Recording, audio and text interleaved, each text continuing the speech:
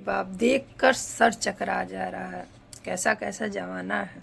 तो दोस्तों नमस्ते प्रणाम, कैसे हैं आप लोग? Good morning, Radhe Radhe. तो शबनम ने जो भी किया बहुत गलत किया। दोस्तों हम लोग हमेशा वीडियो देखते थे, अब बड़े यूट्यूबर से हम लोग को प्रेरणा मिलती है, शिक्षा मिलती है। अब गोरखपुर के सबसे जाने माने यूट्यूबर हैं, ऐसा नहीं है कि किसी परिचय के मोहताज हैं। आर के रजनी कौशल।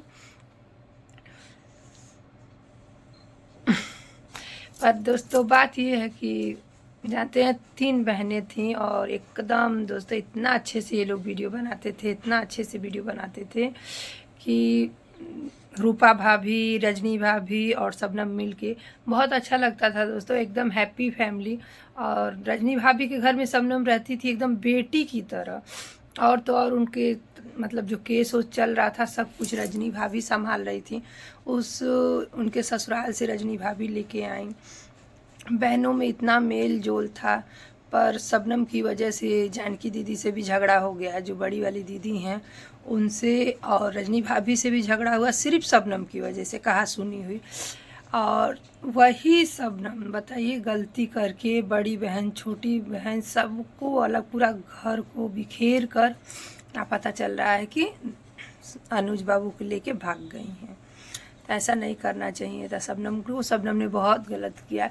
अरे भाभी इतनी अच्छी हैं, और रूपा भाभी जो हैं वो तो माँ समान हैं, कम से कम उनसे बता तो दी होती कि हाँ दीदी ऐसी ऐसी कोई बात है। अब बताइए दोस्तों, बहुत सारे लोग कह रहे हैं तुम कोर्ट मैरिज किए हो तब नहीं, तुम लव मैरिज किए हो तब नहीं रजनी भाभी को। अरे ज़रूरी नहीं है कि एक लोग घर में लव मैरिज कर लिए तो पूरा खानदान में लव मैरिज करे। एक मने गुह खा लेला तो घर भर थोड़ी ना गुह खाला। और रही बात रजनी भाभी की, तो रजनी भाभी भी कुंवारी थी और भैया भी कुंवारे थे। फिर उन लोग का उम्र समय सब मतलब बराबर था, एक दूसरे से मोहब्बत करते थे, प्यार करते थे। ये थोड़ी ना है कि आप शादीशुदा हैं, तलाकशुदा हैं, आप 30 साल की रहें, लड़का 18 साल का रहे, ऐसा नहीं ना है। तो शबनम कम से कम अपनी बहनों से तो बताना ही चाहिए था।